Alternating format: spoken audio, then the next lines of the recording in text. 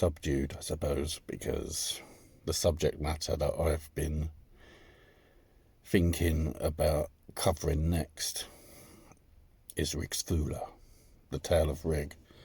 And I've read through it, the Jackson Crawford version, and I've just finished watching his video on the telling of this tale, and I've also looked at the translation by Carolyne Larrington, who obviously has her own publication of the Poetic Edda, which is or her translation of the Luspa is used by Wardruna. Some of the content is controversial, or more, what I should say is it bothers me. It bothers me deeply because I can see its use to justify racial hatred and discrimination and all the things that are bad about being a Norse pagan. I think furthermore, the fact that it's making me feel like this and it's deeply troubling is a reason why I need to go into it. I mean, it's a rabbit hole. I know it's a rabbit hole that I'm going to get sucked down into, and it's really going to test me. It's going to test me deeply, because it's not even a laughing matter. It's just shocking.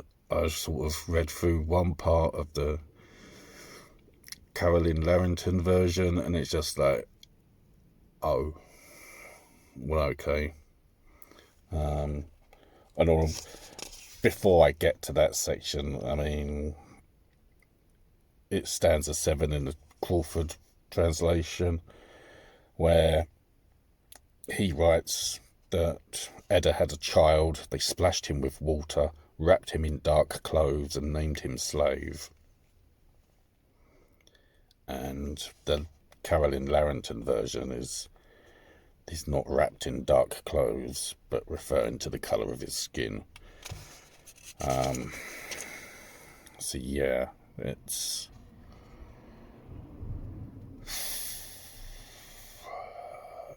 deeply disturbing. So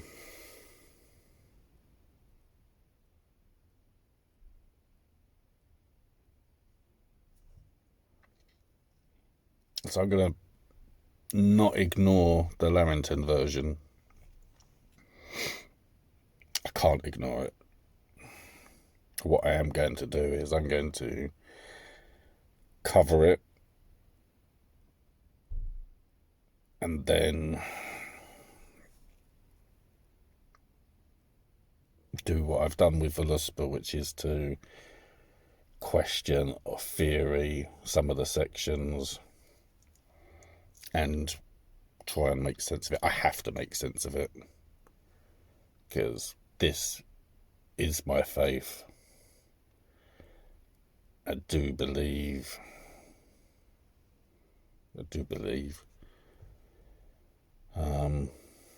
But there is a part to this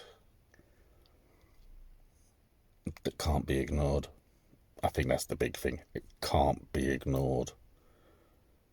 And I don't want to make facts fit or find that I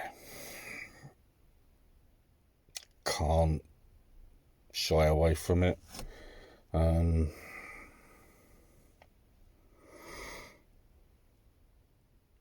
I think everyone's got a right to live their life the way they need to or want to.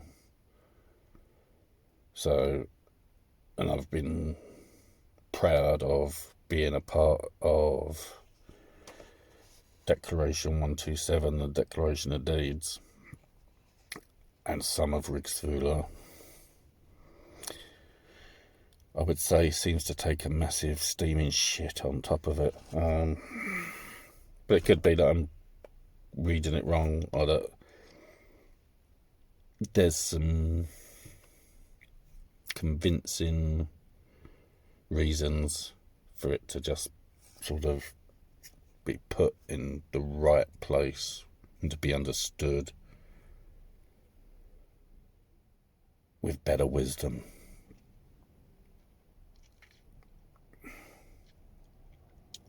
So, unlike some of the other poems and songs or tales, Rigsthula has a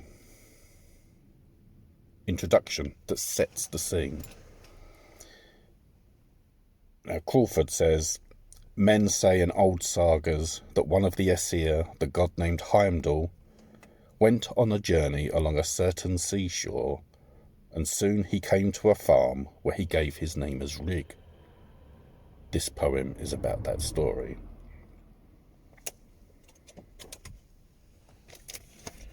There isn't a lot of variation by the Carolyne Larrington version. There's little differences, which at this stage aren't going to set the world on fire. Now, in this version, people say in old stories that one of the Aesir, the one called Heimdall, went on a journey, and he went along the seashore. Somewhere he came to a household, and he called himself Rig. This poem is about that story.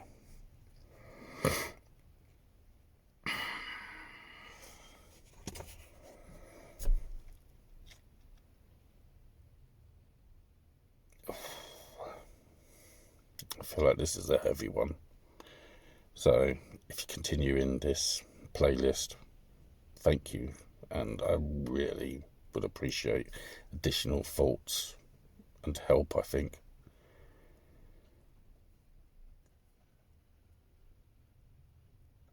Thank you. And we'll move on to it over the coming weeks and days. Weeks and days. Days and weeks. I can't stress enough. This is, I feel, a very heavy subject. Thank you. Bye.